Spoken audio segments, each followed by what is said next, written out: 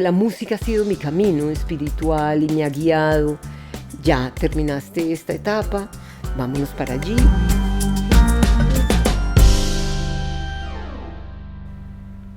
Hola, bienvenidos a Sonido con Sentido. Yo soy su host Manuela y estoy muy emocionada por la conversación que vamos a tener hoy con nuestra invitada.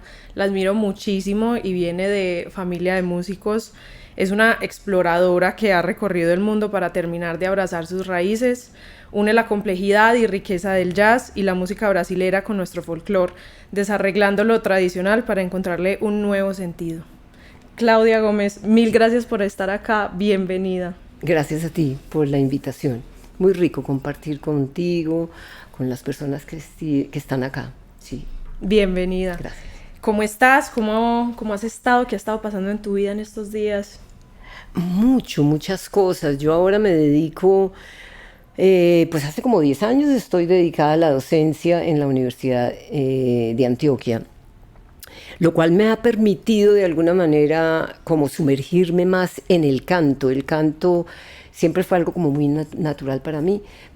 Y es más, yo daba clases de guitarra, no de canto. Entonces, de pronto, estar en ese mundo de la técnica vocal y de todos esos aspectos que yo nunca los tuve en cuenta, pues me ha parecido interesante. Entonces, digamos que he estado allí sin descuidar también mi proyecto artístico, tratando como de hacer conciertos, conmemorando algunas de mis grabaciones que ya van cumpliendo 10, 15, 20 años. ¿Qué es lo que más te ha sorprendido en este nuevo camino con el canto? Pues bueno, primero el mantenimiento de la voz, digamos que me ha dado la posibilidad de mantenerla como aceitadita, ¿no? Siempre, y de estar muy consciente de la salud vocal. Lógicamente me he internado en los detalles, en los rasgos y en los rasgos estilísticos de muchos géneros, ¿no?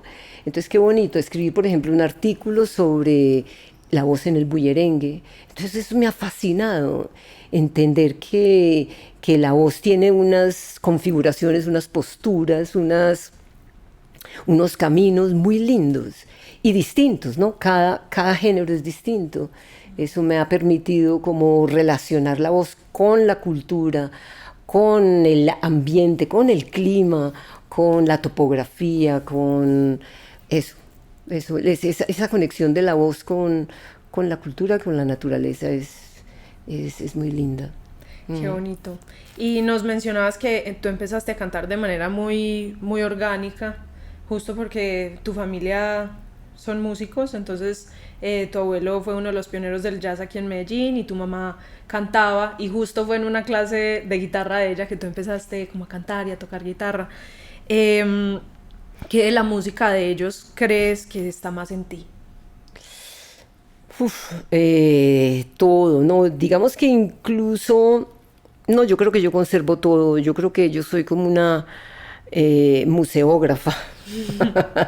Yo, por ejemplo, todavía recuerdo a mi abuelo tocando el pasillo Patasdilo. Él era flautista y aunque incursionó, digamos, en el jazz con Jazz Nicolás y tenía un oído muy sofisticado, digamos, ¿no? Para esa época, escuchando las orquestas de Glenn Miller, de Benny Goodman, de todos ellos, también tenía una sensibilidad hacia la música colombiana. Entonces yo lo recuerdo, y ese pasillo pues lo llevé yo y le hice un arreglo para 3 voces, y fue pues un trabajo académico que lo hice en mi maestría en investigación musical en La Habana, Cuba. Entonces fue muy lindo, ¿no? Traer el abuelo a la voz actual en este momento. Y de mi mamá, no, pues todo, su amor por el bolero, su entrega, ¿no? Su pasión por la música, aunque yo pienso que mi entrega musical es distinta a la de ella, porque ella era mucho más, sí, pasional, digamos, ¿no? Yo soy mucho más racional y más analítica, y tengo que saber, claro, porque toco guitarra, entonces hay un poco de matemática ahí. Uh-huh. Pero no, yo creo que ahí están las dos cosas, cerebral y el corazón. Sí. Y tu mamá era políglota, pintaba batiks y además, pues, además de cantar, tenía clases de guitarra. ¿Cómo era, pues, la dinámica con tu mamá? Ella era súper adelantada a su época. ¿Y qué te enseñó tu mamá, más allá de la música, sobre ser mujer? Uy, sí, qué bonita pregunta, porque yo sí creo que ella me comunicó el valor que tiene de ser lo que yo quería ser. Fíjate que, por ejemplo, yo vengo de una familia, a pesar de que mi abuelo era músico, mi abuelo también casi que prohibió que mi mamá fuera música. Ella quería ser artista, quería ser no solo artista de música y cantante, sino quería ser actriz. O sea, mi mamá tenía muchas... No tenía el arte a flor de piel. Ella lo tenía a flor de piel. Y mi abuelo dijo, no, no, no, ni riesgos, porque él pasó mucho hambre. Él fue muy pobre y solo saliendo de la música y metiéndose en negocios y eso, logró pues sobresalir y mantener a su familia. Entonces no dejó a mi mamá hacer nada. Pero cuando mi mamá se casó con mi papá, y bueno, unos años después, quiso volver a la música, mi papá, que era un ser muy dulce, muy lindo, maravilloso, le dijo, claro. Y ahí en ese momento viene pues el profesor de guitarra, pero digamos que todo ese comportamiento de mi mamá en la casa, pues yo creo que son mensajes que le van llegando a uno como muy inconscientemente. Y yo pues ahora digo, esta mujer pues, ¿cómo así que trae un sueño desde niña y solamente cuando tiene 30, 40 años logra descubrirlo y adelantar un poco, ¿no? Entonces yo creo que eso me dio a mí mucha fuerza. Además me lo comunicaba también, porque fíjate que mi otra familia, pues mi familia, las tías mías, hermanas de ella, le decían, pero Ángela, ¿usted cómo está dejando a esa niña que toque por allá en los bares? Que haga esto, que haga lo otro. Y mi mamá le decía, que haga lo que quiera. Qué valiente tu mamá, qué valiente. Sí. Para su época, wow. Ella quiere hacer eso y eso, yo la respaldo. Entonces eso, imagínate en esa época, años 70, años donde el convencionalismo y el conservadurismo pues era mucho. Entonces yo tuve ese sentimiento, Manuela, en muchos casos. Yo decía, pero qué tan duro si no me aceptan la música allí, si me dicen que haga esto y yo no quiero, si tal cosa. Pero había algo interno en mí que me decía, adelante, sigue adelante, sigue adelante. O sea que siempre tuve esa confianza en mí, no me doblegaba ni me aplastaba nada. No, es que con el respaldo de tu mamá desde tan joven así. Sí. Incondicional, súper lindo. Y además tenían un trío. Tú, tu mamá y tu hermano tenían un trío. Sí. Cuéntanos sobre eso, cómo era esos ensayos, cómo era el escoger el repertorio, los arreglos. Tú empezaste a proponer ahí, cómo era también la dinámica con tu hermano. Pues era muy sencillo, no era pues nada sofisticado, porque todo provenía pues del profesor de ella, del gusto de ella por el bolero. Me acuerdo que cantábamos, eres mi bien, lo que me tiene extasiado, y esas armonías pues a mí me sonaban como celestiales, ¿no? Entonces había mucha naturalidad para hacer segundas voces, ¿sabes? Porque en mi familia, un esposo de una hermana de ella, el esposo de una hermana de ella, era un cantante tenor. Entonces nosotros estábamos expuestos a músicas maravillosas. Nosotros escuchamos todo Chabela Vargas, todo Pedro Vargas, todo, todos los grandes, la escuela lírica mexicana, porque esa es una escuela lírica. Sin duda, sí. Eso de popular muy poquito, pero eran unas voces hermosas, ¿no? Entonces, digamos que todo eso, además Agustín Lara, esos boleros, esa belleza, las músicas que escuchábamos tenían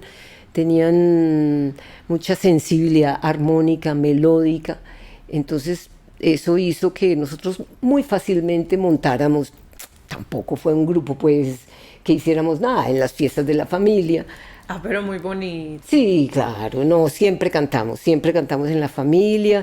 Y cuando me fui para Londres con mi hermano, pues claro, ese era el dúo dinámico, nos llamábamos. Sí, sí, Claro. sí. Pero antes de irte para Londres, tenías un cuarteto que se llamaba Ellas y pues estabas en el colegio y tuvieron mucho éxito y empezaron a recorrer Colombia. Sí. ¿Recuerdas cómo te sentías? Si te deslumbraba mucho como la responsabilidad o para ti era mucho como el disfrute de salir a tocar afuera, de ver otras ciudades, fueron hasta Miami, Sí, sí, y tenían pues músicos profesionales y arreglistas sí. trabajando con ustedes.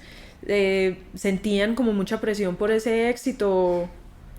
No, eso era un disfrute total. Eso era un disfrute total. No, no, para nada. No era estresante. Era todo lo Y era contrario. todo lo contrario.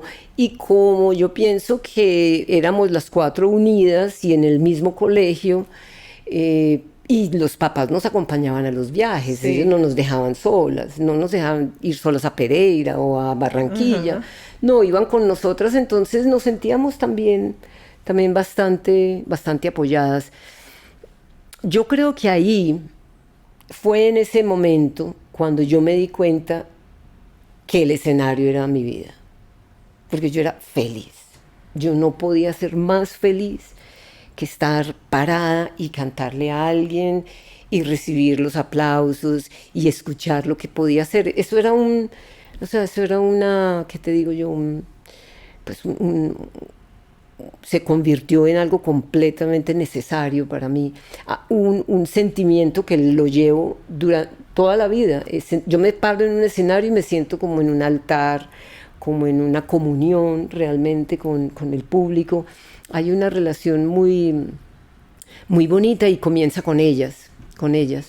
¿Por qué no? Con mi mamá de vez en cuando y mi hermano. También en Londres cantábamos, pero yo sentía que esa sí era como una etapa de transición, porque lo mío, a pesar de que cantaba rock y a pesar de que lo hacía y me gustaba y tal, pero yo sentía que era más bien como una escuela. Era la universidad de la calle, era mi universidad. Pero con ella sí sentí que había, digamos, desde lo armónico, desde eso, como que ahí estaba yo. ¿Y qué de cantar en público era lo que más te gustaba? ¿Era como la sensación de sacar un mensaje, de liberarte de algo, de ser tú misma siendo observada, de a lo mejor comunicarle algo a los demás que les sirviera? ¿Identificas tal vez qué como de estar parada en un escenario y recibir como tantas miradas? Porque pues para mucha gente es todo lo contrario, súper intimidante. A mí la verdad a veces me Claro, cuesta. sí. Entonces, ¿qué identificas que era eso? Mm, yo creo que es un momento muy especial, es un momento, ¿qué te digo yo? Como espiritual, porque eres tú internándote en tu ser de una manera muy centrada para transmitirlo, para llevarlo. No tanto el mensaje literario y poético, pero me parece que la voz, la comunicación de la voz humana, y hay como, no sé, hay como unos hilos, yo siento que hay como unos hilos eh, mágicos, ¿no? Que se dan con el público. Eh, en general es una sensación muy espiritual, digamos, muy espiritual. eh, y que me confronta, digamos, con. Es que es un momento que exactamente, es un momento donde uno crece, donde uno como que evoluciona, no sé. Lo sientes como expansivo. Sí, sí, Qué sí, sí, bonito. sí. Entonces en Londres, ¿por qué Londres? ¿Por qué seleccionaron irse a Londres? Ah, ¿Por ¿por qué qué no? Londres? Sí. Bueno, mi hermano era, digamos, fan número uno de los Beatles. Los Beatles llegaron a mi casa por mi mamá. Cuando mi mamá grababa en Codiscos, eh, creo que Seida Codiscos tenía ¿cómo se llama? Es una sucursal, una filial, sí, algo como que los discos de Europa y de Estados Unidos llegaban a esta casa de discos que era Codiscos. No me acuerdo qué relación había, Odeón, creo que era la discográfica europea por medio de la cual llegaban a mi casa. Entonces mi mamá pues recibía esos discos. Recibíamos discos de Rafael, Giacomonti, Gilbert Bécaud, o sea, todos cantantes europeos. Y en fin, y los Beatles, nos enamoramos inmediatamente, escuchamos a los Beatles. Mi hermano se enamoró completamente. ¿Recuerdas qué canciones eran como las más? Ah, sí. Porque yo tengo mis favoritas, vamos a ver si coincidimos. No, es que es el primer disco, por ejemplo, That Boy Isn't That For You, y las armonías que tenía. No, es una cosa espectacular. Sobre todo esa, no sé por qué como que me conmueve por las armonías, justamente. Entonces mi hermano se fue para Londres con la bendición de mi mamá, porque mi mamá dejaba que nosotros hiciéramos lo que quisiéramos, pero pues también había normas, no creas que eso era pues cualquier cosa. Y mi hermano, estando un año allá, le dijo a mi mamá: déjame traer a Claudia, que es que yo solo aquí y nosotros tenemos tanto repertorio juntos. Y mi mamá le dijo: listo, llévesela. Ay, pero qué nota.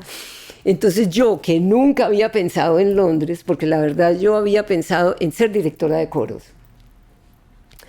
Eso era lo que eran como justamente después de ellas, era como mi amor, era la conexión con la armonía. ¿Y el arreglo vocal? El arreglo vocal. Ese es y sigue siendo una de mis pasiones.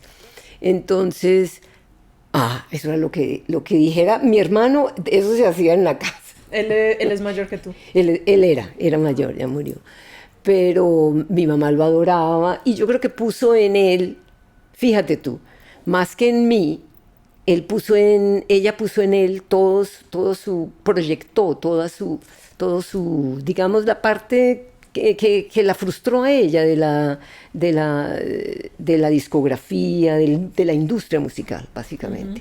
Después eso no es necesario hablarlo, pero ella se sintió muy frustrada por otros motivos. Pero bueno, ella entonces volcó en mi hermano, que era una persona supremamente magnética, era una persona con un don de gentes impresionante. Luciano, mi hermano, tocaba 2 acordes, yo tocaba como 80.000 y él tocaba 2, y todos los aplausos y todas las miradas eran para él. Entonces mi mamá dijo: no, vete para Londres. Y le dije: bueno, listo, toca. Y allá me fui.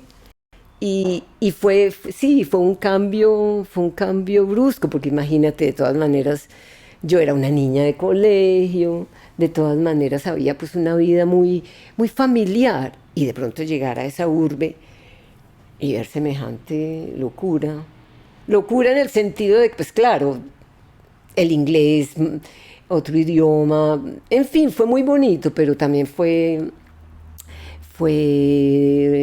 desafiante, por decirlo menos. Y ya, ahí digamos que yo supe, como te decía, que eso era una etapa de transición, pero fue muy, muy bonita esa vida en Londres, porque también yo sentía el apoyo de todos. Yo sentía que yo no era discriminada ni porque fuera colombiana, ni porque fuera mujer, ni porque... No, para nada. O sea, yo sentía... me sentía muy, muy, muy parte del mundo musical, que en general era un mundo de hombres, en general. ¿Y qué fue lo que más les impresionó como artistas? Pues mira, allí comenzamos a tocar en un restaurante español, que entre otros allí fue donde conocí a Joaquín Sabina, que seguramente lo leíste. Y fíjate cómo es la cosa. Entonces mi hermano dijo: no más latino, no más España. Yo a Londres vine fue a tocar Beatles, a cantar con los Beatles. Con los Beatles. Entonces mi hermano se fue a buscar trabajo a unos sitios muy elegantes, muy bonitos de por allá, y yo me quedé cantando con Joaquín en ese restaurante español. Y bueno, ahí poco a poco se hizo la transición y mi hermano me dijo: no, venga, vámonos para allá. Le dije: bueno, listo. Y nos fuimos para allá. esa calle se llamaba, ¿cómo era que se llamaba esa calle? Knightsbridge. En fin, era un sitio maravilloso, maravilloso. Y entonces ahí ya el repertorio cambió. Ahí ya no tocábamos, ya tengo yo la casita, no cantábamos nada de español, ni latino, ni caribeño. Allá cantábamos rock. Fíjate, dos colombianitos, cantábamos puro Bob Dylan, Carole King, Beatles, lógicamente. Y lo más bonito allí fue que era una calle llena de restaurantes, creo que eran como de una misma compañía, y ellos ubicaban duetos en cada restaurante. Entonces mi hermano y yo junticos y poco a poco nos fuimos separando, y ya mi hermano tocaba con otro y yo tocaba con otro.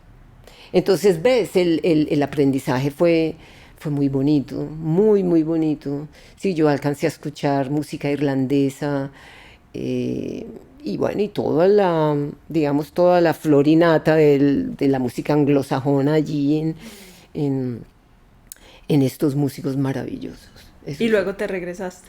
Finales del 75 regresamos a Medellín y... ¿Recuerdas por qué?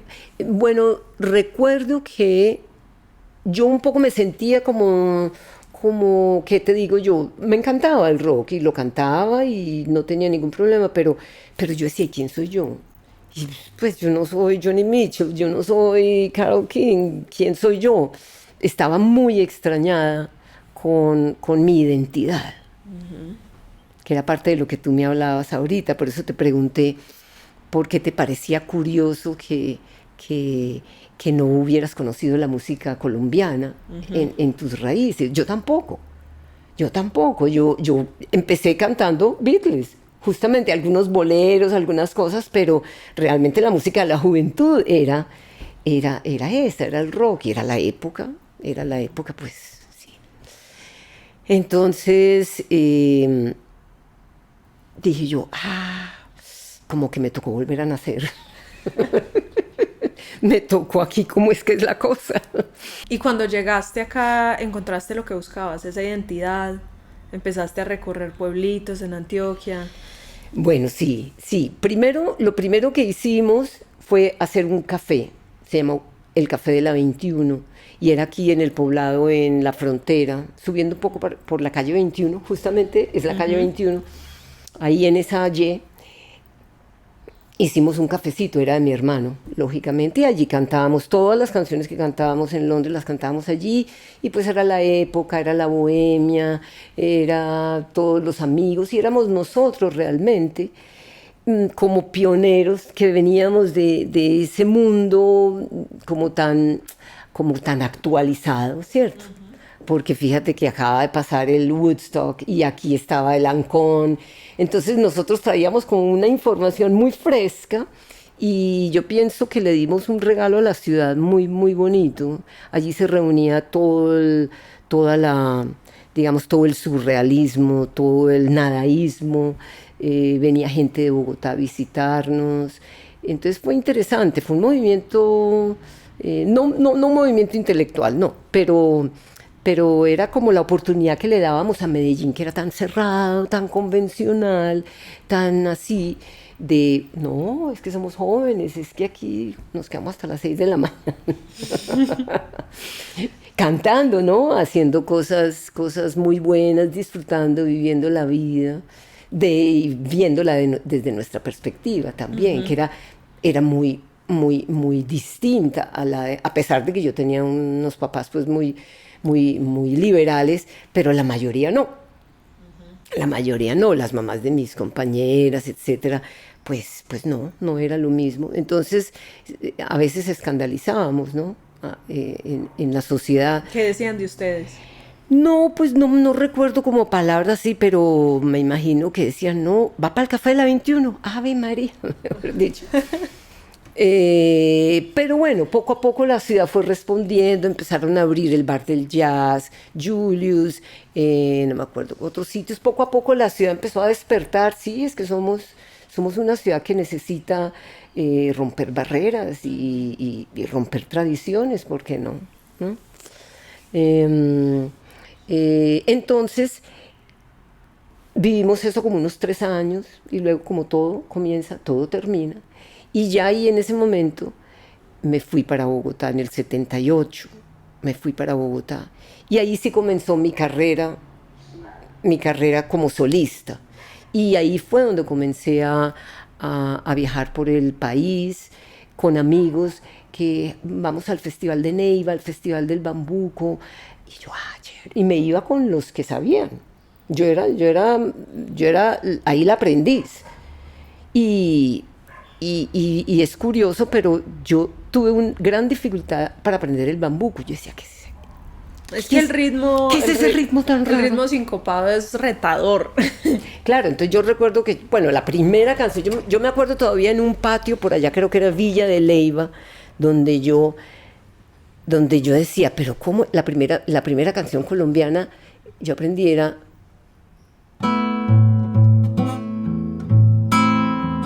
Ven, ven, niña de mi amor, ven. O sea, ese ritmo a mí me parecía dificilísimo porque yo estaba acostumbrada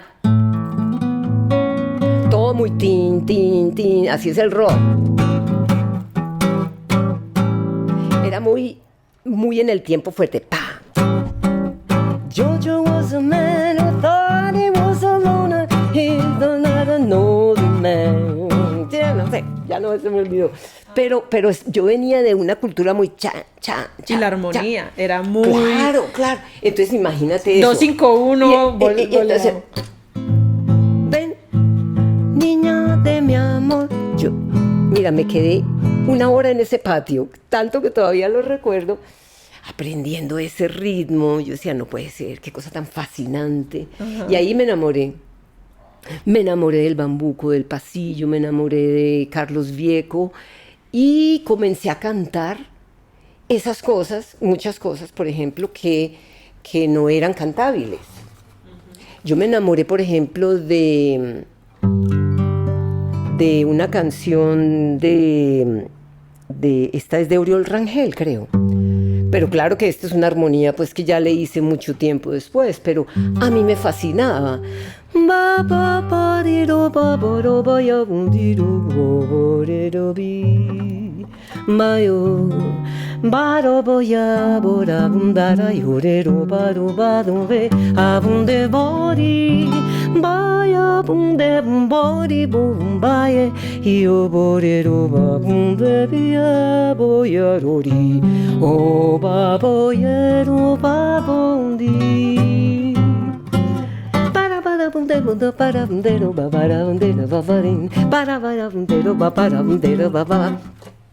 Entonces, claro, yo cantaba eso y decía, pero si es que eso no tiene letra. Pero para mí la voz es un instrumento. Para mí la voz es transmisora de emociones por sí sola, sin letra. Adoro la poesía, pero no es obligatorio que la voz tenga que tener palabras. Entonces yo adoraba esas canciones, Patas Dilo. Entonces yo hice un arreglo para voces de Patas Dilo donde hacemos, no me acuerdo, bueno, en fin, hice La Gata Golosa. Ahora, eso también viene mucho del jazz. Uh-huh. También, claro. Cuando yo estudié a Ella Fitzgerald, yo decía, ¿qué es esta maravilla? Ella, conociendo la vida de ella, como ella imitaba los instrumentos, imitaba el clarinete, el bajo. Uh-huh. Incluso, claro que esto fue en Estados Unidos que yo empecé a percibir la voz como un instrumento. Un poco a partir del jazz, pero un poco enamorada del pasillo, porque yo adoro el pasillo fiestero. Es una de las músicas que yo considero más lindas, y para la voz es como un Bach. Para mí es Bach. Para mí es el Bach criollo, ¿no? Uh-huh. Digamos el barroco criollo, más bien. Entonces, pues eso, ya digamos que en Bogotá comienza mi carrera personal, toco música brasilera, toco música cubana, y ya digo yo, ya Bogotá creo que me tengo que ir, ya creo que ya terminé este capítulo acá. Entonces, no, yo pienso que la música ha sido mi camino espiritual y me ha guiado. Ya terminaste esta etapa, vámonos para allí, y ya llegué a San Francisco y allí ya sí fue pues la tapa de la olla. En San Francisco estuviste 15 años. Sí. Y allá grabaste tu primer álbum, Claudia Canta Brasil, que salió en el 89, Salamandra del 92 y Tierra Adentro del 96. Sí. A ver, ¿qué diferencias crees que hubo en ti de un álbum a otro? ¿Qué trayectoria recorriste que fue evidente o que quisiste plasmar? O cuando escuchas ya o recuerdas esas épocas dices como, ves, sí, como que lograste plasmar de ti misma en esos álbumes que evidencian la trayectoria que estabas recorriendo. Sí, muy importante esa pregunta, Manuela, porque eso fue determinante. Cuando yo nunca había pensado grabar, pero hicimos un concierto en vivo en un lugar muy bonito de jazz que se llamaba Kimball's en San Francisco, con una super banda. Yo tocaba con los mejores músicos, la verdad, y esta era la etapa mía brasilera. Y ese concierto lo grabó una emisora de radio que se llamaba Seas Candies, que ponían conciertos grabados en sus emisoras, iban por ahí como grabando cosas que les parecía interesantes. Lo grabamos y el dueño de la grabación me dijo, Claudia, escuchémoslo porque yo creo que aquí puede salir algo. Y lo escuché y dije yo, ay sí, oye, y tiene ese disco, esa grabación tiene una magia para mí, porque es en vivo, ahí no hubo ni una sola edición. No se corrigió ni un error, no se podía. Entonces, ahí aprendí yo que uno tiene que documentar el momento de la vida en el que esté. Eso fue una lección maravillosa para mí, porque dije yo, ¿qué tal que no lo hubiera hecho? ¿Cuándo vuelvo a reunir estos músicos dentro de un mes, 2 meses? No. Y eso incluso algunas veces me ha pasado que no he detectado el momento, a pesar de que yo sé, este es un momento importante en el que estoy haciendo este repertorio y no lo documento y pasa y ya no lo puedo hacer. Entonces ese disco Canta Brasil es mágico para mí por todas esas enseñanzas. Hay que documentar, como alguien me decía, no me acuerdo, es que es una fotografía. Tú tienes que tomar la foto de ese momento de tu vida, y para nosotros es la grabación. Mis discos son las etapas por las que he pasado. Pero cuando empezaste a grabar fue con el ánimo de grabar, pues como de tomarle una fotografía al momento presente, o tal vez sentías también que tenías algo por decir. Sí, claro, cuando uno está comenzando en la música, e incluso cuando pues ya tenía mis añitos, y ya uno siente que hay una madurez, que hay un repertorio novedoso, interesante. Yo, por ejemplo, no tenía 12 canciones en ese momento. Tierra Adentro tiene 14 canciones, de las cuales creo que solo 6 o 7 son mías. Entonces las complementé. Eso me obligó, digamos, me obligó, me llevó a pensar, vamos a hacer, ahí hice Pacífico, la guayabita, esa guayabita de tu guayabal. Entonces me llevó a profundizar aún más en las músicas que me interesaban a mí, que era Colombia, era mi Colombia. Entonces ahí está la guayabita. Bueno, Soltarlo, por ejemplo, es una canción que hermosa. Gracias, es la canción que más la gente reconoce. Mira, y esa canción me levanté un día en San Francisco, 90 años, 92, 93. Y me levanté, yo recuerdo mirar una ventana, me estaba atravesando un momento difícil y dije yo, ya, hay que soltar esto. Entonces, y cogí la guitarra.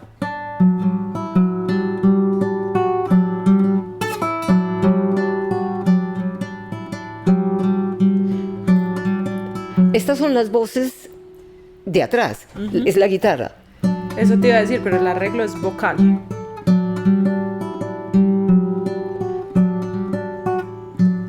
Soltarlo, dejarlo ir, que vuele, que encuentre su propia voz.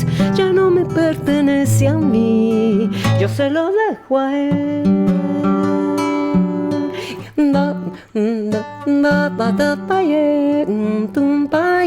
Lo que pasa es que ya yo canto mucho más bajito. Yo todas las canciones las he bajado un tono porque ya me quedan un poco alta. Pero sí, de ahí nace de mi guitarra y de esa meditación, que es lo que me gusta a mí de la guitarra, es como yo medito con la guitarra, voy ahí improvisando, y encima pongo una melodía. Entonces ese disco tiene como mis inicios me gusta mucho el flamenco, a pesar de que en ese momento yo no tenía relación con España, pero había visitado Tierra Adentro, que era una tierra pues muy espiritual. Yo hice un viaje allí y lo sentí como una analogía con el viaje que un hermano estaba haciendo. Se la dedico a un hermano, parodiando pues ese viaje adentro de su ser. Y bueno, sale como medio flamenca, en fin, algo caribeño también. Yo creo que no hay ningún bambuco ahí, no me acuerdo. Pero bueno, ya entonces uno comienza a tener como un compromiso con la música, con el público, consigo misma, y entonces ya, digamos que ya ahí se disparó pues la vaina. Si tuvieras que ponerle como un nombrecito a estos álbumes que hiciste en San Francisco, como Canta Brasil es el álbum de tal, si le tuvieras que poner como un apellido, según esas etapas que viviste mientras hacías cada uno de esos álbumes, ¿qué apellido le pondrías a cada uno? Bueno, Canta Brasil sin duda es esa etapa de música brasilera. No hay duda de ello. Tierra Adentro, en ese momento estaba comenzando lo que se llama en este momento la música, músicas del mundo. En ese momento estaba de moda Peter Gabriel, con todos los festivales de WOMAD, de los festivales de músicas del mundo. Allí comencé yo a escuchar música de Bulgaria, de las voces búlgaras, de los griegos, de algunos africanos como Ali, no me acuerdo cómo se llama, en fin, Salif Keita. A mí me encantaba, o sea, yo escuchaba toda la música africana, toda la música árabe, búlgara, y bueno, y en San Francisco, pues imagínate, una ciudad de tantas culturas. Yo iba a todos los conciertos y entonces en ese momento la música del mundo ya no era solo Colombia, era el mundo entero, ¿no? Eso para mí es Tierra Adentro, como buscando músicas del mundo ahí. El tercer disco es Salamandra. Bueno, Salamandra tiene una mezcla entre Caribe y Brasil. Caribe y Brasil, que también me gustó mucho porque toqué con maravillosos músicos. Entonces es como mi etapa caribeña, ¿no? Y ya yo no recuerdo, tal vez ahí terminó mi etapa, ¿cierto? En San Francisco, yo creo que...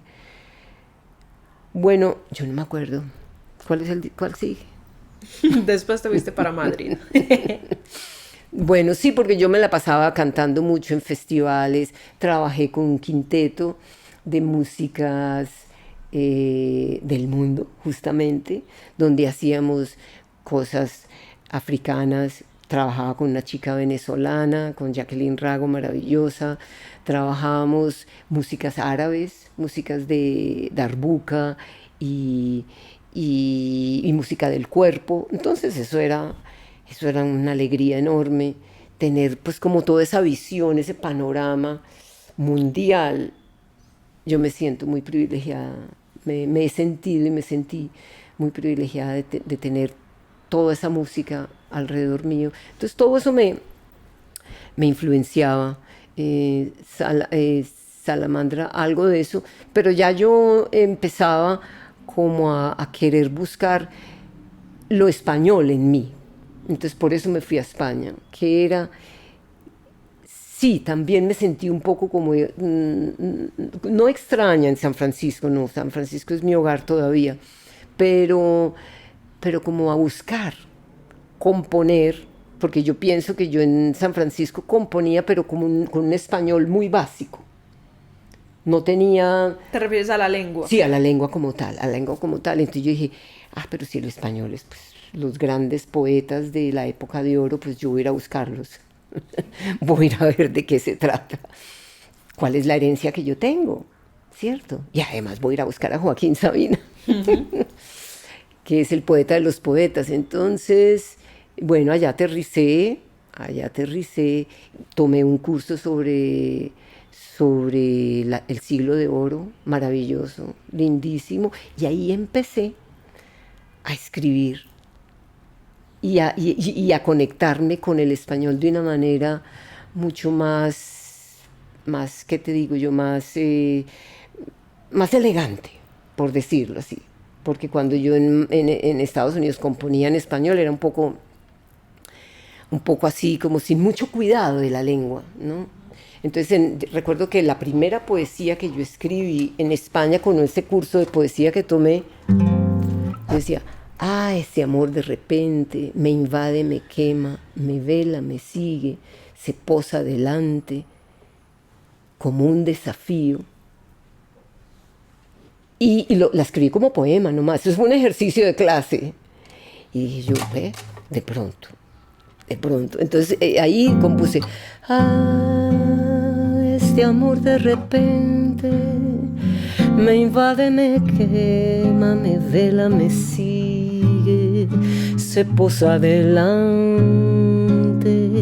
y en un desafío me invita a arriesgar.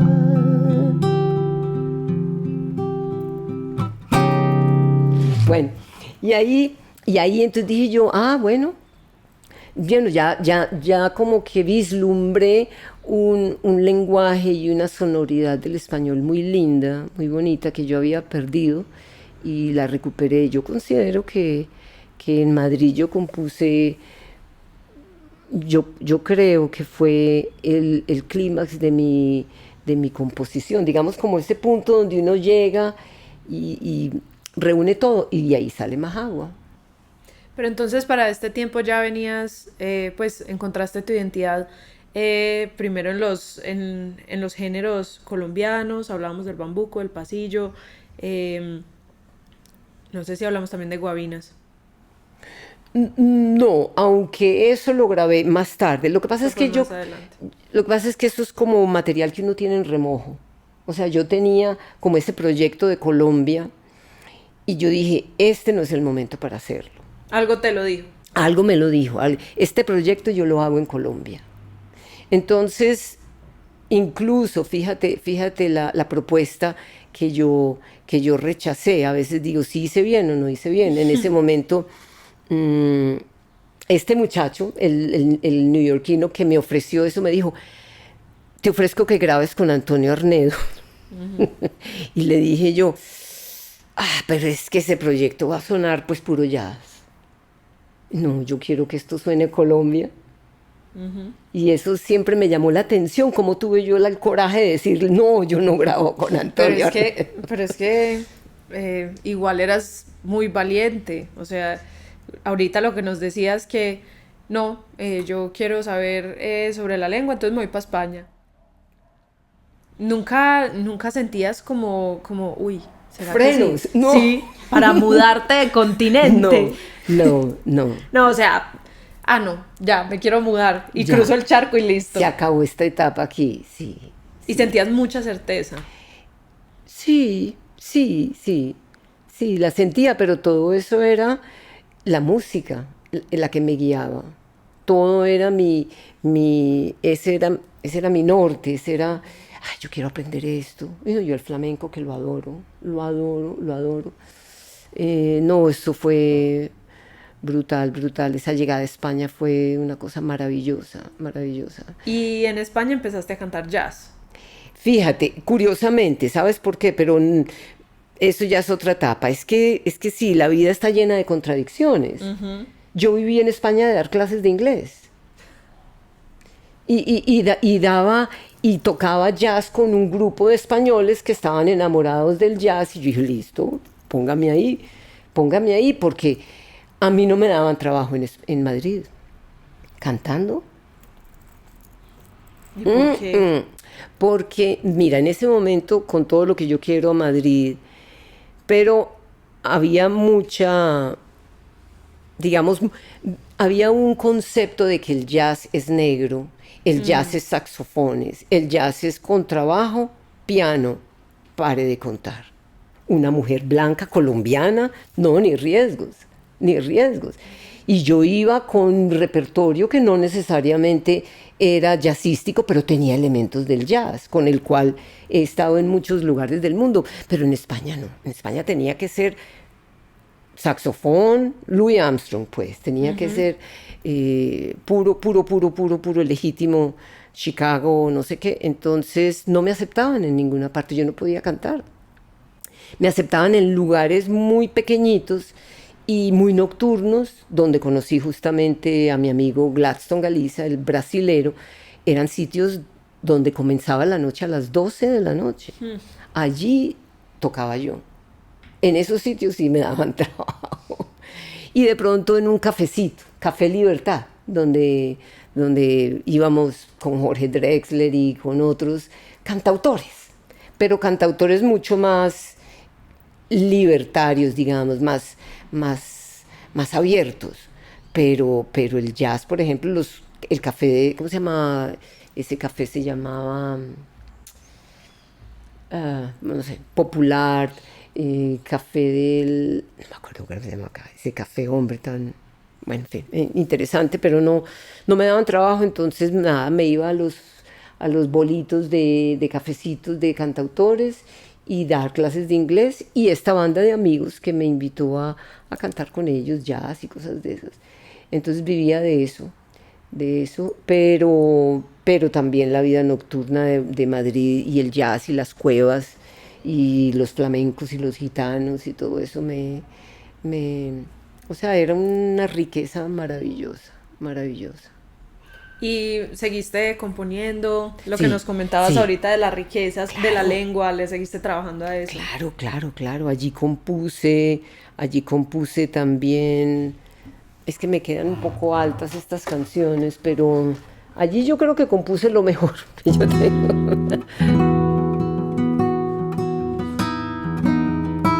Porque ahí ya estaba como todo. La música, la poesía, la armonía. Estaba todo reunido. Fue muy...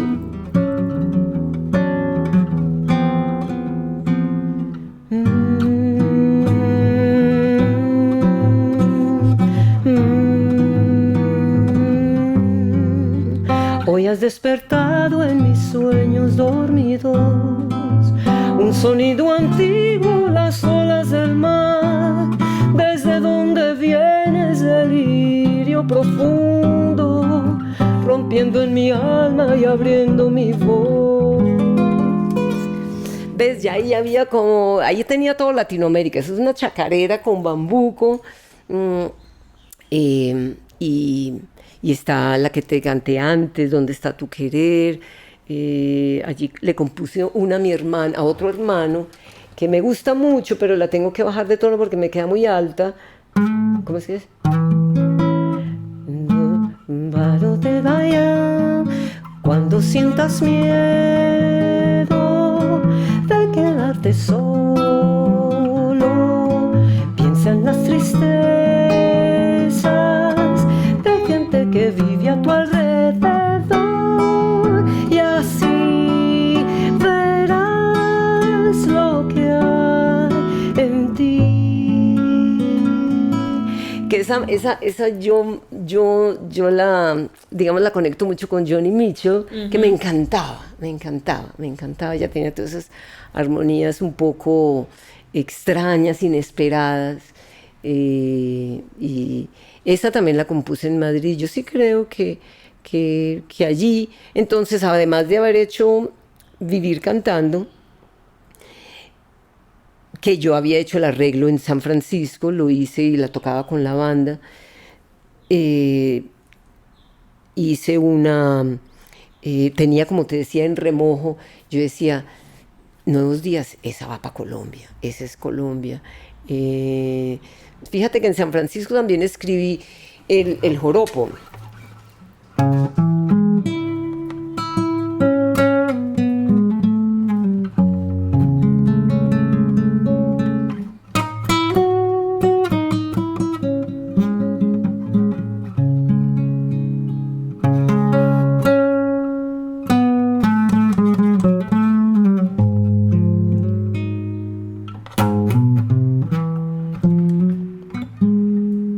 No me acuerdo. De las cosas que tenemos en nuestra Colombia inmensa, debemos estar contentos de ser una raza mezcla. Hablamos el español, que es una lengua de poeta, música y caña de indios, tambores de África negra. Ese fue un zumba que zumba. Uh-huh. Que fue una canción muy bella que escuché del Cholo Valderrama, con una letra muy trágica, y yo le escribí esa letra, pero el zumba que zumba es tradicional, y ese lo compuse allá. Entonces yo dije, ese también va para mi disco de Colombia. Entonces te fuiste para Colombia a grabarlo. Entonces de España dije yo me vengo para acá, vine a estar con mi mamá, sabía que era su última época, que ya en Madrid ya también. Igualito como en San Francisco, lo sentiste adentro y chao. Lo sentí adentro, pero hubo mucha tristeza. Hubo mucha tristeza porque estaba muy enamorada, porque no me fue bien. La tusa, el mudarte, todo. La tusa y la decisión me trajeron a Colombia. Pero feliz de estar con mi mamá, feliz de estar con ella. Bueno, y ahí entonces empecé a visualizar el proyecto de Colombia, y por eso le doy ese nombre que lo conservo con tanto cariño: Vida, Música y Espíritu de Colombia, creo que se llama. Uh-huh. ¿Sí? Majagua. Sí, abajito en la caricatura. Sí, porque sí, un poco te entendí también cuando me dijiste, es que cómo es que nosotros perdimos todo ese contacto con la música colombiana de pequeños, y entonces nada, lo quise plasmar allí con con todo el bagaje poético, armónico, melódico, uh-huh, todas las influencias. Y te viniste también entonces a pasar tiempo con tu mamá. ¿Qué pensaba tu mamá? Ya para este punto has recorrido muchos países, tantos géneros, tanta investigación musical. ¿Qué pensaba ella como de todos tus andares que ella también impulsó y sembró en ti? Sí, a ver, no, ella feliz. Digamos que tampoco teníamos, ¿qué te digo yo? Pues siempre había dificultades, porque la relación entre una madre y una hija, tú sabes que no es, y más con 3 hermanos, ¿cierto? A quienes ella adoraba y los privilegiaba, uh-huh, de alguna manera, ¿cierto? Entonces yo sabía que yo tenía mucho de ella, y de hecho tengo muchas influencias en su carácter y en su determinación y en muchas cosas, pero yo sabía que ellos eran los mimados, de alguna manera. Entonces había algunas cositas, pero cuando yo vine, ya, decidí que ella la quiero, que la acepto como es, y la invité en un acto muy lindo que me invitó, al cual me invitaron Marta Valdés y Martirio, que eran, Marta Valdés, pues una grandísima compositora cubana que tuve, pues el privilegio de conocer y de compartir con ella, y Martirio, que también en España éramos amigas. Y cuando Martirio fue invitada a cantar aquí en Medellín, me invitó, y yo le dije a mi mamá, mamá, ¿vas a cantar una canción conmigo? Ni riesgos, ni se le ocurra, me dijo, ni se le ocurre. Y yo, mamá, pero ¿cómo que no? Entonces ahí me dediqué a cantar con ella, pero a cantar como cantábamos en Laureles, en nuestra casa. Y entonces dije, ay, mamá, esta canción tan bonita. Y empezamos, y yo empecé, songo, sorongo, a ensayar con ella. Como quien no quiere la cosa. Como quien no quiere la cosa y la quiere. Y yo sabía para dónde iba yo y ella no.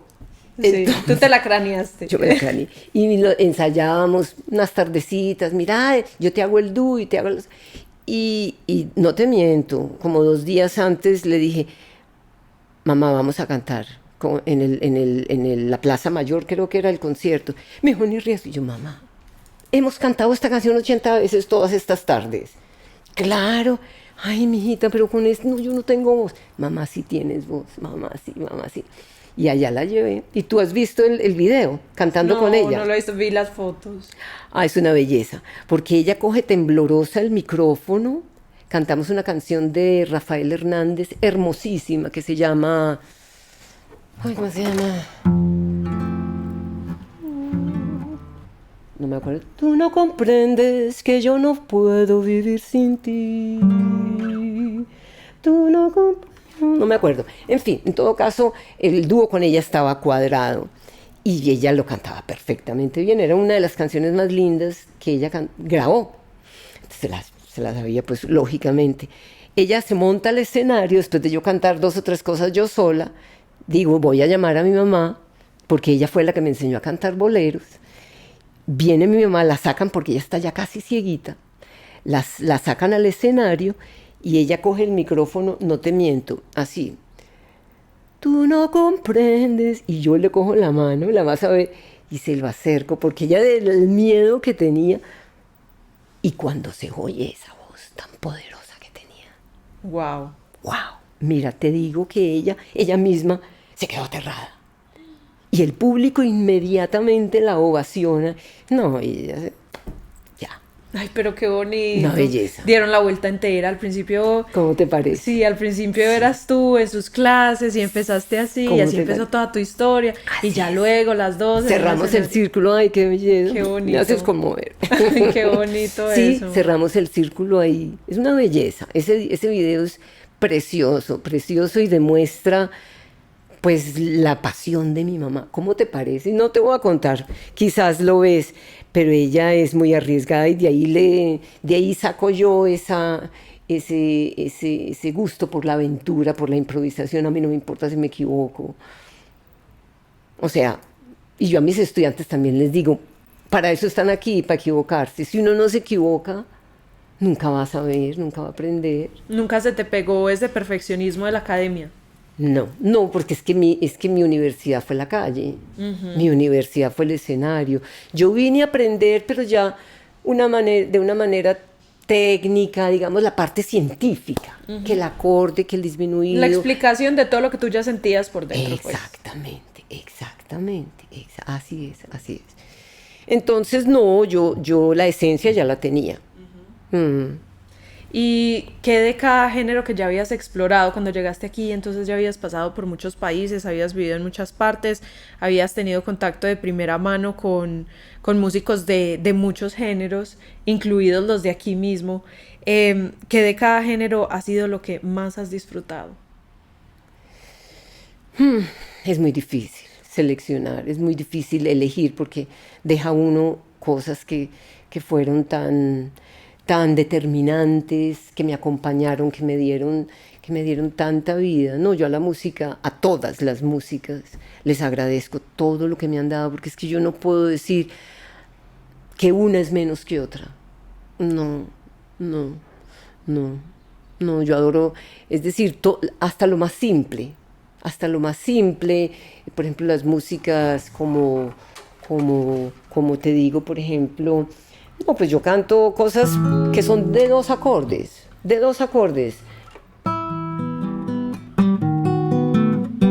Esto es mi menor y si 7. Ya me va a coger hoy ya me va a coger hoy. Hoy yo me tiro al agua, hoy yo me tiro al agua.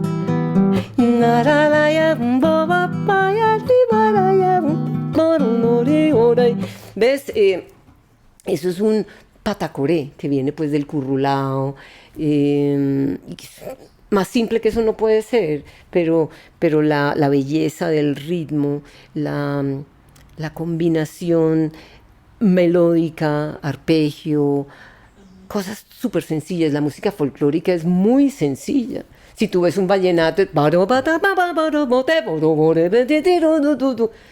o sea, eso es puro arpegio. Eso no tiene pues la complejidad del jazz con el cromatismo. El cromatismo es lo que hace que el jazz, cierto, que lo distingue, lo caracteriza, pero las músicas folclóricas tienen esa combinación de melodía, de arpegio, de ritmo, la riqueza rítmica nuestra y de Latinoamérica y de cualquier música arraigada pues en una cultura tiene. Todas las músicas son bonitas. Sí, todas las músicas son bonitas. Yo no puedo decir que nada ha sido más ni nada menos, no. Y también compusiste música para los documentales Mujeres No Contadas y Desde Diversas Orillas, Sí. que trataban temáticas bien violentas y bueno, fue como pesado todo lo que narraban en esos documentales.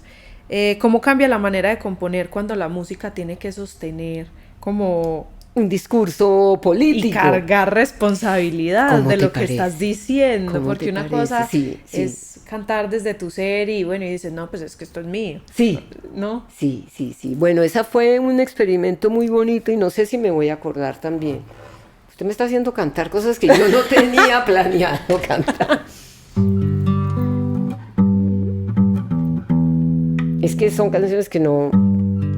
Fíjate, esta canción también tiene una historia muy bonita.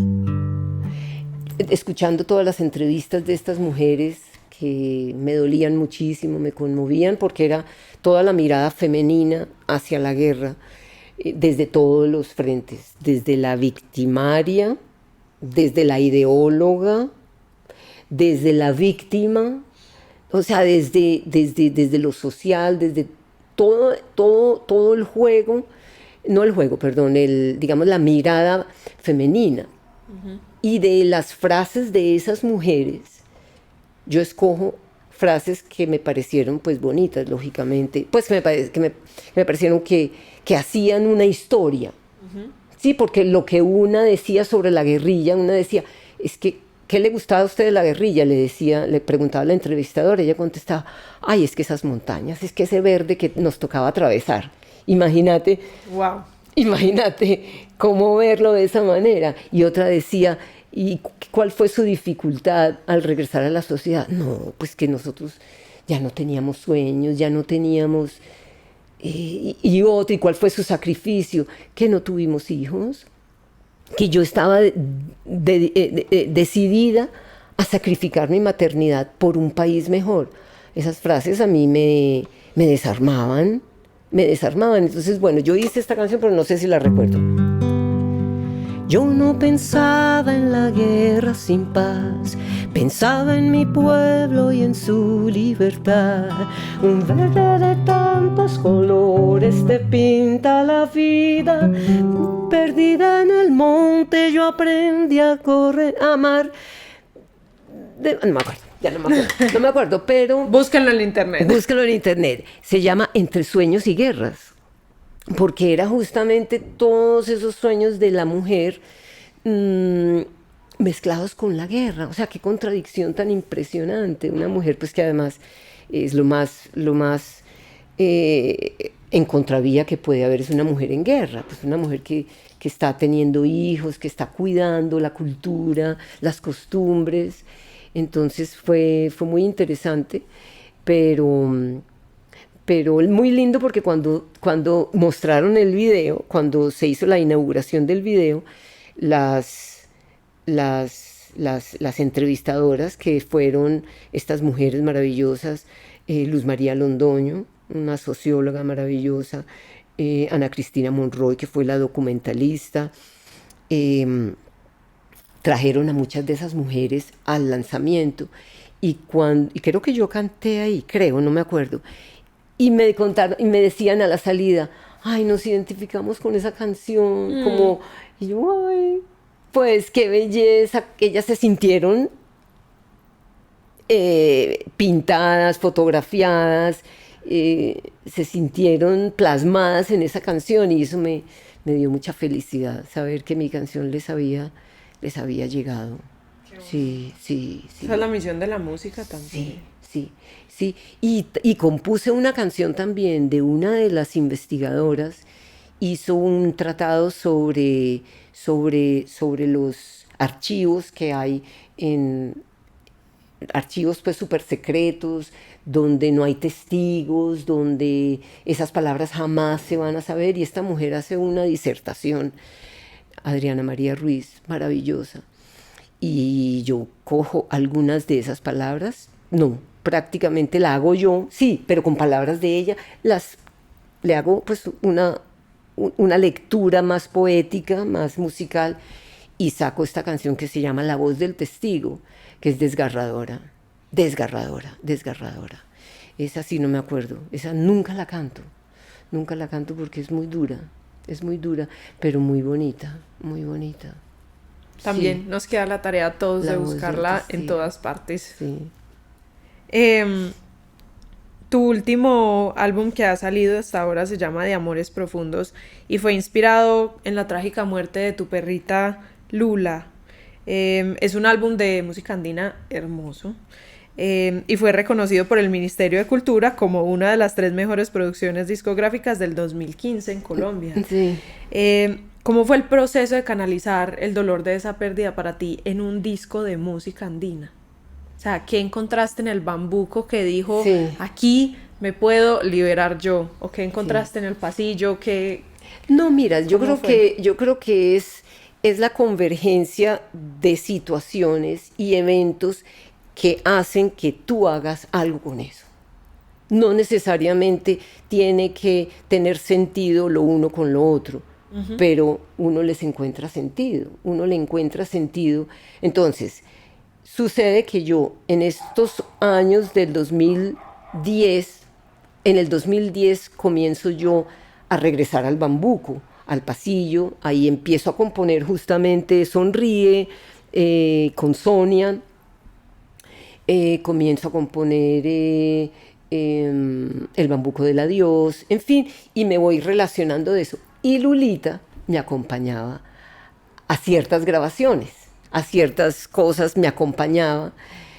Entonces pues fue dedicado a ella porque ella hizo parte de esas grabaciones. Yo estaba grabando un disco de música andina, efectivamente. Y cuando Lulita muere, que fue vilmente asesinada, que eso fue la cosa más horrenda que un ser humano puede hacer, yo dije, no, pues este disco tiene que dedicarse a Lulita. Ahí le canto el arrullo y le digo a Sonia, mi amiga, Sonia Martínez, magnífica compositora, maravillosa, con quien yo pues tenía una relación prácticamente de madre a hija, porque ella era mayor que yo. Fue mi primera profesora de guitarra, realmente. Y le digo yo, Sonia, y le di unos patrones musicales y rítmicos. Y le dije yo, ella como me entendía perfectamente, le dije yo, mira, justamente es un arreglo que yo le hice a Vivir Cantando.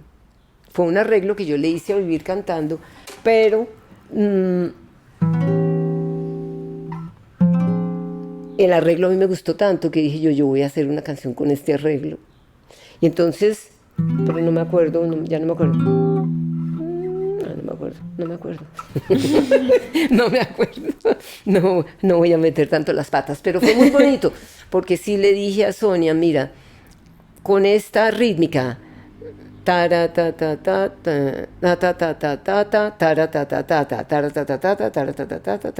con esa rítmica y con este tema, yo quiero que esta canción se llama De Amores Profundos, se la voy a dedicar a Lulita, y ella escribe una canción que habla de eso, de mis flores, de mi patio, de la compañía, de seres que no necesariamente tienen una relación humana, pues, ¿no? De dos humanos, sino... Entonces hice la melodía basada en el arreglo que yo le hice a Vivir Cantando, me gustó mucho y la letra de Sonia es una cosa preciosa, de amores profundos, y ese es el título del disco, dedicado a Lulita porque me acompañó en muchas grabaciones y bueno. Qué bonito. Sí. Y le enseñan a uno mucho a tratar de descifrar el lenguaje de ellos, ¿cierto? Y entonces a mí me gusta mucho la comunicación con ellos. Yo hablo con ellos todo el tiempo y es una terapia. Es una terapia porque, pues, lógicamente, yo les digo bobadas, hablo otros idiomas, así somos todos, ¿no? Pero ellos entienden. Y ellos entienden, sí, sí. Y luego con los años le van devolviendo a uno ese cariño porque ya conocen la energía de uno.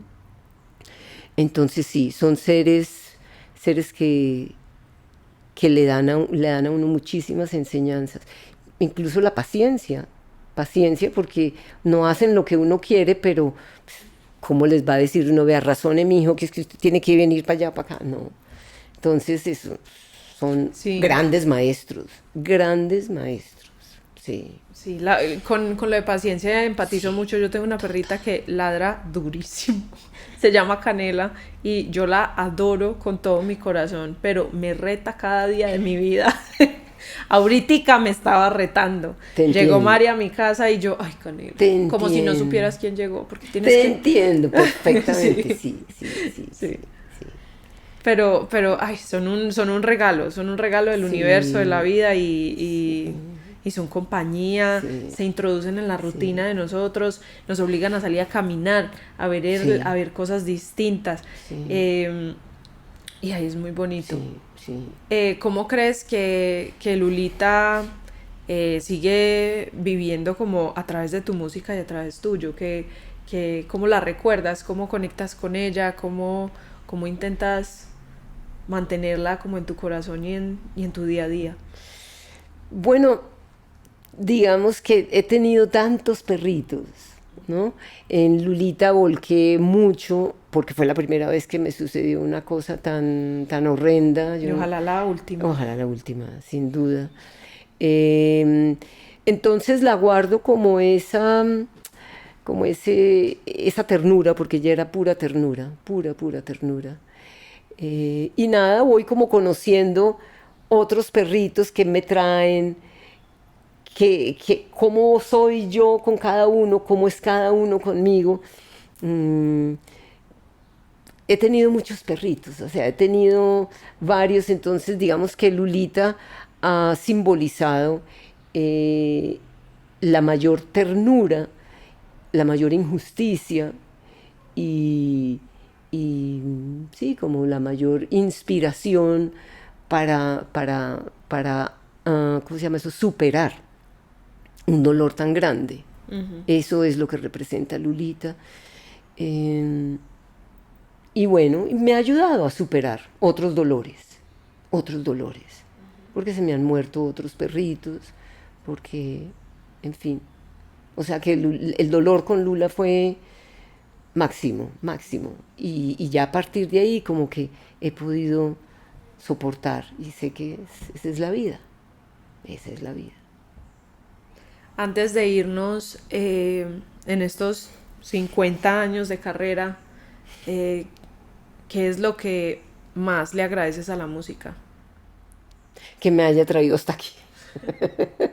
Sí, que digamos que yo haya podido a mi edad y bueno, yo sé que yo soy muy saludable y tengo todavía mucha energía y todo, pero tengo mucho recorrido, la verdad, tengo muchos años de historia, entonces me parece lindo que yo he visto que otros se han quedado en el camino, que iniciaron en la música y se fueron para otras profesiones, o incluso que la música tal vez los llevó por un mal camino, porque la música está llena de tentaciones, muchas tentaciones y yo he sido también, he estado también ahí, ¿cierto? Al borde de.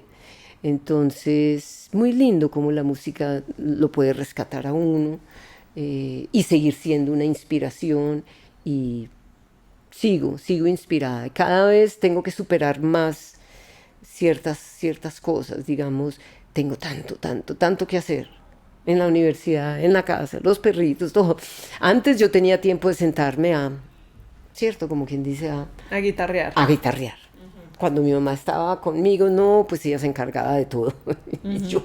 y yo hacía simplemente mosquitas en la guitarra, como decía mi amiga Marta Valdés, pero ya no. O sea, el tiempo dedicado a componer, a la guitarra, hacer arreglos. Calula es otro proyecto que adoro, que es un proyecto de un cuarteto, a veces quinteto de voces, que sigo adorando como a ellas. Entonces sí, me siento muy agradecida que la música me haya traído hasta acá, que todavía pueda tocar una guitarra, todavía tomo clases. Increíble, qué bonito. Sí. ¿Y qué crees que, o qué sientes más bien, qué es lo que has buscado musicalmente todo este tiempo? ¿En los últimos años o...? No, en todo tu recorrido, ¿qué sientes que has buscado siempre? Eso, improvisar, liberar tensiones,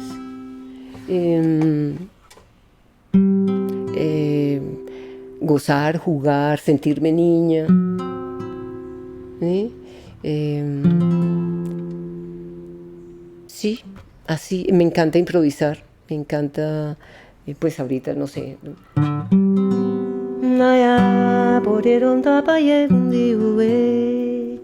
Yaro ayorumbea bumbayen aropa bundi yobame orombe robabo yaruni ma bobo pi bobo ye baba yaro yaro yaro ye. Entonces, claro, ya uno conoce como sus caminos armónicos, ya no es tan difícil, y entonces el camino se hace fácil de alguna manera y me pongo un poquito más de retos, aprendiendo otras cosas, aprendiendo otras músicas. Qué bonito. ¿Qué le dirías a los músicos que quizás estén viendo esto sobre la energía de la música, sobre vivir una vida musical? ¿Qué consejo nos darías para que nos ayude a transitar un camino musical? Bueno, yo pienso que uno tiene un compromiso con su entorno, ¿no? Yo creo que desde lo musical, ¿cierto? Ahora, ¿qué considero yo mi entorno? Ahora es muy delicado y muy difícil decir que mi entorno es la música andina. ¿Cierto? Eso lo confronto yo con mis estudiantes todo el tiempo. Es que nosotros no queremos cantar guabinas, es que eso pa' qué, eso qué. Pero yo pienso que hay que encontrarle el valor porque porque esa es nuestra naturaleza. Somos andinos, tenemos una cordillera, tenemos unas herencias, conozcamos o no conozcamos. Si uno va para atrás, uno va a encontrar un indígena en sus ancestros, va a encontrar un español en sus ancestros, va a encontrar un negro en sus ancestros. ¿Y qué es eso? Si tú piensas en España, España trajo los moros consigo, trajo lo árabe. Lo indígena está en el pentatonismo, o sea, hay cosas... Hay elementos musicales que uno no está como muy consciente y sin embargo están. Entonces yo pienso que sí como un deber de reconocer cuáles son nuestras músicas. Claro, está el reggaetón, está la balada, están músicas jóvenes, sí, pero no nos podemos quedar, yo pienso, en la música urbana. Yo pienso que hay que ver que este país es muy grande y somos colombianos, o si no, entonces llamémonos, ¿qué te digo yo? medellinenses, no sé, ¿cierto? Si vamos a ver solo lo que es la urbe, la música de la ciudad, pues entonces quedémonos con Maluma y con Karol G, que hay cosas muy lindas, sin duda. A mí me encanta Karol G en unas cosas. Pero yo creo que hay que expandir, así como nos gusta África y nos gusta el flamenco, pues también miremos a ver qué hay en el llano. Ahí está. Aquí pegado. Ahí está el flamenco. Y tenemos las marimbas del Pacífico que vienen del xilófono y del balafón africano. Entonces uno siempre se va por allá cuando lo tiene aquí. Uno siempre se va por allá cuando lo tiene aquí. Así se llama el podcast. Así le vamos a poner a este episodio. Sí. Pero mira, tú te fuiste por allá y te diste cuenta que era aquí. ¿Y qué era aquí? Viste, uno siempre vuelve al lugar donde nacimos. Ese es un vals muy lindo, un vals peruano. Todos vuelven al lugar donde nacieron, al embrujo incomparable de aquel sol. Todos vuelven, pero el de un amor no vuelve más. No sé qué. Es un vals peruano que lo convirtieron en rumba cubana. Ahora sí, antes de irnos, porque estoy súper feliz conversando contigo. Si nos fueras a dar a los jóvenes, a los músicos, a quien sea que esté escuchando esto, parte de sabiduría para transitar nuestro camino, ¿qué nos darías? Yo diría que la primera, la más importante de todas para mí, es si tú sientes esa espinita, esa lucecita, agárrala. No la dejes ir. No la dejes ir. Yo he dejado de ir muchas. En todos los sentidos. Entonces yo creo que uno tiene que tener una intuición. Uno tiene que abrir la intuición para ver, en este momento estoy sintiendo, ¿no? Como esa magia, como ese, cierto, esa cosita que le va bajando a uno como el rocío. Dale, ya, de una, y quédate ahí, porque donde uno se pare, se le fue, se fue. No se vaya para allá que lo tiene aquí. Y eso te implica estar muy, muy, muy receptiva a la intuición. Intuir, abrir tus antenas. ¿Qué está pasando en este momento? Y siempre pensar en ti, porque es que la juventud ahora tiene muchos obstáculos, muchos tropiezos, nomás pues fíjate lo que nos domina, el internet, el celular, estar uno pegado de lo que diga fulano, cómo tiene uno que hacer esto, todo se lo tienen que indicar a uno. Entonces yo creo que uno tiene que hacer un esfuerzo de hacer las cosas desde sí mismo. Sentir tu cuerpo, necesito estirar, necesito hacer esto, no me lo tienen que decir. ¿Cierto? Eso sería otro título para el podcast. No me lo tienen que decir. Tenemos varias opciones, sí. Mejor, ya de dónde escoger. Mejor, sí. Voy a hacer una canción con ese tema. No me lo tienen que decir. La estaremos esperando. Para que vengas y la toques aquí. No, ha sido un placer, Manuela y Mariana y Alejandra, que está por allí atrás. Gracias porque pues ustedes son la generación joven, es la gente que va, digamos, a continuar viviendo en este mundo, y hay que hacerlo con propiedad, con dignidad y con intuición. Gracias por venir, gracias por confiar en el proyecto, por animarte. Gracias. Por darnos de tu tiempo, que eres súper ocupada, como nos decías ahorita. Es un honor tenerte aquí y conversar contigo. Siento que viví como 800 vidas en este ratico. Mejor dicho, descargué información de todas partes. Sí. Qué conversación tan hermosa. Muchas gracias por estar aquí. Nos vemos en el próximo episodio. Hasta la próxima. Chao. Chao.